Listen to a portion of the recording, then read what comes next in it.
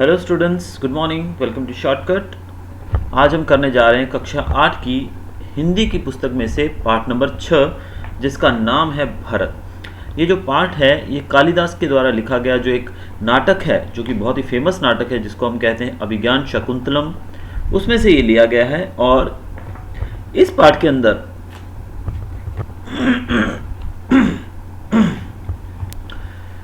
एक बालक के बारे में बात की गई है जो कि ऋषि कण्व के आश्रम में रहता है। वो शकुंतला का पुत्र है और जैसे कि पाठ का नाम है भरत, वो बच्चा जो है उसका नाम भरत है और वो एक सिंह के बच्चे के साथ यानी कि शेर के बच्चे के साथ खेल रहा है। और वहीं पर जो उस आश्रम में रहने वाली कुछ तपस्विनियां जो हैं वो उसको रुकने के लिए कहती हैं कि बेटा तुम इन सिंह शावकों को, सिंह शावक मतलब शेर के बच्चों को मत तंग करो। और वहीं दूसरी तरफ राजा दुष्यंत जो हैं वो छिपकर इस दृश्य को इसको देख रहे होते हैं और उस बच्चे के प्रति बहुत ज़्यादा आकर्षित हो जाते हैं। और जब वो थोड़ी देर बाद बाहर निकलते हैं, वहाँ पेड़ के पीछे जो छुपे होते हैं वो वहाँ से बाहर आते हैं और उस बच्चे को गोद में उठाकर उसको बहुत प्यार करते हैं और मन ही मन कामना करते हैं कि काश मेरा पुत्र भी ऐसा ही हो या फिर ये मेरा ही पुत्र हो। तभी वो दोनों तपस्विनियां जो आपस में बात कर रही हैं तो उनकी बातों से उन्हें पता चलता है कि वाकई में ही ये जो बच्चा है भरत जो है ये वाकई में ही उनका पुत्र है। तो चलिए इस नाटक को शुरू करते हैं। तो यहाँ पर पहले दृश्य बताया गया है कि स्टार्टिंग कैसे होती है इस सीन की। तो बताया जाता है कि जो बच्चा है वो शेर के बच्चे को घसीटता हुआ लेकर आता है और तपस्विनियां उसे रोकते हुए कहती हैं कि इस शेर के बच्चे को तुम मत छेड़ो। और उसी दौरान राजा दुष्यंत जो है पेड़ के पीछे से ये सब देख रहे होते हैं। बालक बच्चा क्या बोलता है? बच्चा कह रहा है, अरे सिंह, अरे शेर तो अपना मुंह खोल, मैं तेरे दांत गिनूंगा। तो इसी पर जो पहली तपस्विनी जो थी वो कहती है, ए हटीले बालक, हटीला मतलब होता है जिद्दी, ए जिद्दी बालक, तू इस वन में रहने वाले, इस जंगल में रहने वाले पशुओं को क्यों सता रहा है? इन पशुओं को हम तो अपने बाल बच्चों की समान रखती हैं, लेकिन तू तो इनको बहुत ज़्यादा सताता है। तेरा तो हौसला बहुत ज़्यादा बढ़ता जा रहा है। और तेरा नाम ऋषियों ने क्या रखा है? सर्वदमन। ऋषि जो थे हमारे, जो ऋषि कण्व जो थे और बाकी ऋषि जो थे, उन्होंने इस बच्चे का नाम क्या रखा हुआ है? सर्वदमन। तो सर्वदमन मतलब सब चीज़ों का दमन करने वाला, सब चीज़ों का नाश करने वाला। तो वो कहती है कि तेरा नाम तो लगभग सही ही रखा गया है, सर्वदमन। दुष्यंत जो है उनकी बातें सुनकर उस बालक के प्रति और ज़्यादा उसका जो स्नेह है, उसका जो प्यार है उस बालक के प्रति और ज़्यादा बढ़ता जाता है। फिर दूसरी तपस्विनी बोलती है, जो तो इस बच्चे को छोड़ ना देगा तो सिंहनी तुझ पर दौड़ेगी। अगर तू इस बच्चे को नहीं छोड़ेगा तो शेर की माँ, उस बच्चे की माँ शेरनी जो है वो तुझे खा जाएगी, तेरे ऊपर दौड़ेगी। लड़का हंसता है और कहता है, ठीक है, शेरनी से मुझे कोई डर नहीं है, और वो मुंह चिढ़ाता है। दुष्यंत ये देखकर आश्चर्यचकित रह जाते हैं कि बालक जो है, बच्चा जो है, एक बच्चा छोटा सा शेर से नहीं डरता है, ये क्या बात हुई भी? तो ये तो कोई भी देखकर इस बात को काफ़ी आश्चर्यचकित हो जाएगा और वो मन ही मन सोचता है कि ये अवश्य ही, ये ज़रूर किसी तेजस्वी यानी कि बहुत ही बहादुर किसी व्यक्ति का पुत्र होगा। और इसके चेहरे पे जो चमक है वो हमको बताता है कि ये बहुत ही किसी महान, किसी ताकतवर, किसी हौसले वाले, किसी बहादुर राजा का पुत्र है। फिर पहली तपस्विनी कहती है, हे प्यारे बालक, सिंह के बच्चे को छोड़ दे, मैं तुझे खिलौना दूंगी। बालक कहता है, पहले मुझे खिलौना दो, लाओ कहाँ है? दुष्यंत दूर से ये देख रहा होता है, कहता है, ओह, इसके हाथ में चक्रवर्तियों के लक्षण हैं, उंगलियों पर कैसा अद्भुत जाल है। दुष्यंत जो है उस बच्चे की हथेली, जैसे वो बच्चा हाथ करता है ना आगे कि लाओ पहले मुझे खिलौना दो, तो उसके हाथ के ऊपर जो रेखाएं होती हैं, हथेली पर जो रेखाएं होती हैं, वो देखकर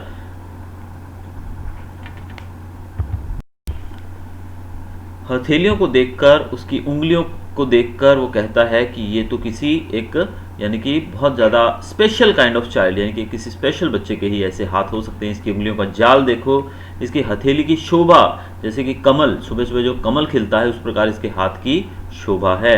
दूसरी तपस्विनी कहती है, हे सखी सुव्रता, जो दूसरी तपस्विनी है वो अपनी पहले वाली जो उसके साथ एक और लेडी है तपस्विनी, उसका नाम है सुव्रता, उसे कहती है, सुव्रता, यह बातों से न मानेगा, ये बातों से नहीं मानेगा, जा मेरी कुटिया में ऋषि कुमार के खेलने के लिए मिट्टी का मोर रखा है, उसे ले आ। तो मिट्टी का मोर मंगवाते हैं उस बच्चे के लिए ताकि वो खेल सके उससे। पहली तपस्विनी बोलती है, हाँ मैं भी लेकर आती हूँ। बालक, तब तक मैं इस शेर के बच्चे से ही खेलूंगा। और ये देखकर तपस्विनी की देखकर वो फिर से हंसने लगता है, और दुष्यंत वहीं पर पेड़ के पीछे छुपकर देख रहे हैं। वो क्या सोचते हैं, इस सुंदर बालक से खेलने का मेरा मन कैसा ललचाता है। दुष्यंत कहते हैं कि इस बच्चे को खिलाने का मेरा बहुत मन कर रहा है, और धन्य है वो मनुष्य जिसका ये पुत्र है, जिसकी गोद में ये खेलता होगा। यानी कि गोद मैली करता है, यानी कि मिट्टी में खेलते खेलते वो अपने पिता की गोद में जाकर बैठ जाता होगा और उसकी गोद गंदी कर देता होगा। तो वो मनुष्य जो है, जो इसका पिता है, वो बहुत ही धन्य होगा। और इस बच्चे के चेहरे पे जो हंसी है उसको बड़े ही ध्यान से खुलकर वो देखता होगा। इसके उज्जवल दांत, उसके बच्चे के जो दांत हैं वो इतने सुंदर हैं कि उसकी शोभा बहुत ज़्यादा बढ़ा देते हैं। और उसके तुतले वचन, वो तुतलाकर बोलता है बच्चा, यानी कि जो सब एक्टिविटीज़ हैं उस बच्चे की, उसका पिता ही इसको अच्छे से एंजॉय कर सकता है, क्योंकि सबसे ज़्यादा तो अपने पिता के करीब रहता है बच्चा। तो दुष्यंत जो है वो कहते हैं कि धन्य है वो मनुष्य। तभी दूसरी तपस्विनी आती है। क्यों रे ढीठ, तू मेरी बात कान नहीं धरता? कोई ऋषि कुमार यहाँ है? हे महात्मा, तुम ही आओ और कृपा करके इस बलि बालक के हाथ से सिंह के बच्चे को छुड़ाओ। दूसरी तपस्विनी कहती है कि ढीठ, उस बच्चे को ढीठ कह के बोलती है कि ढीठ, तू मेरी बात क्यों नहीं सुनता है? और इधर उधर देखकर वो कहती है, कोई ऋषि कुमार यहाँ है? हे महात्मा, वो कहती है महात्मा, तुम आओ और इस बालक से इस सिंह के बच्चे को, शेर के बच्चे को छुड़ाओ।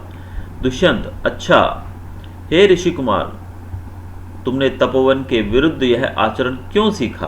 तभी दुष्यंत बाहर आते हैं और वो उस बच्चे से कहते हैं कि तुमने इस वन, तपोवन यानी कि तपस्या की जाती है जहाँ पर वन में, जंगल में, उस वन को तपोवन कहकर उन्होंने पुकारा है और कहा है कि तुमने ऐसा आचरण, ऐसा बिहेवियर कहाँ से सीखा जिससे तुम्हारे कुल की लाज जाती हो, कि यानी कि अगर तुम ऐसा करोगे, किसी जानवर को परेशान करोगे, तो ये तो तुम्हारे कुल की लाज यानी कि तुम्हारी बेइज्जती वाली बात है कि ऐसे थोड़ी करते हैं किसी को परेशान, ये अच्छी बात नहीं है, तुम इस बच्चे को छोड़ दो।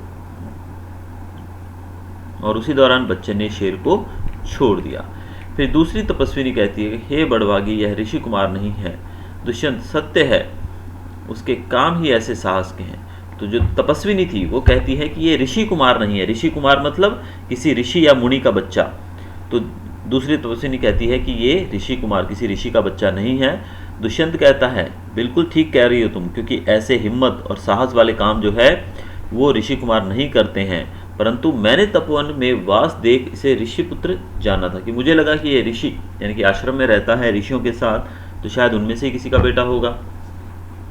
आहा, जब इसका हाथ छूने से मुझे इतना सुख हुआ है, तो जिस बड़भागी का यह बेटा है उसे कितना हर्ष होता हो। तो दुष्यंत कहते हैं, इसे छूकर ही मुझे बहुत आनंद मिला है, बहुत ही ज़्यादा सुकून मिला है, और जिसका ये बेटा है उसको तो बहुत ज़्यादा आनंद आता होगा जब वो इसे छूता होगा। मिला। दूसरी तपस्विनी कहती है, बड़े अचंभे की बात है, तुम्हें क्यों अचंभा हुआ? दुष्यंत बोलते हैं कि तुम्हें अचंभा क्यों हो रहा है? दूसरी तपस्विनी कहती है, इसलिए हुआ कि इस बालक की और तुम्हारी सूरत बहुत मिलती है, और तुम्हें जाने बिना भी इसने तुम्हारी बात मान ली। अब जैसे कि हमने देखा कि दुष्यंत के बाहर आते ही उस बच्चे ने, उसके एक बार बोलने पर उस बच्चे ने उस शेर को छोड़ दिया, शेर के बच्चे को छोड़ दिया। तो तपस्विनी कहती है कि तुम्हारी और इस बच्चे की सूरत बहुत मिलती है, और तुम्हारे एक बार बोलने पे इसने तुम्हारी बात मान ली। दुष्यंत कहता है, हे तपस्विनी, जो है ऋषि कुमार नहीं है तो किस वंश का है? फिर दुष्यंत पूछता है, इस बच्चे को गोद में उठाकर वो पूछता है कि अगर ये ऋषि का बच्चा ऋषि कुमार नहीं है तो ये किस वंश का है? तब दूसरी तपस्विनी कहती है, यह पुरुवंशी है। कौन है ये? पुरुवंशी, ये पुरुवंश से बिलोंग करता है। दुष्यंत कहता है, शायद इसीलिए इसकी सूरत मुझसे मिलती है।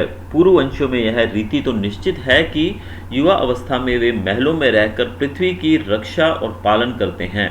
आगे दुष्यंत कहते हैं कि पुरुवंश के लोग जो हैं वो युवा अवस्था, जब वो बड़े हो जाते हैं उस समय वो महलों में रहकर इस पृथ्वी की रक्षा करते हैं और पालन करते हैं, और जब वृद्धावस्था आने पर, जब वो बूढ़े हो जाते हैं, तो वे वन में जाकर वृक्षों के नीचे कुटियां बनाकर रहते हैं। यानी कि जब वो बूढ़े हो जाते हैं तो जंगलों में जाकर तपस्या करते हैं, आश्रमों में रहते हैं और पेड़ों के नीचे रहकर भगवान की पूजा करते हैं, यानी कि भगवान का ध्यान धरते हैं। देवता जैसी शक्ति वाला यह निडर और असाधारण बालक मनुष्य का पुत्र भले किस प्रकार हो सकता है? तो दुष्यंत कहते हैं कि ये जो बालक है इसमें तो देवताओं की तरह शक्ति है, तो ऑब्वियसली ये किसी मनुष्य का पुत्र नहीं हो सकता है। तब दूसरी तपस्विनी कहती हैं, हे परदेसी, तेरा यह संदेह तब मिट जाएगा जब तू जान लेगा कि इस बालक की माँ मेनका नामक एक अप्सरा की बेटी है। तो दूसरी तपस्विनी कहती है कि इसकी माँ जो है वो है अप्सरा, मेनका जो थी ना, मेनका नामक अप्सरा, उसकी बेटी है।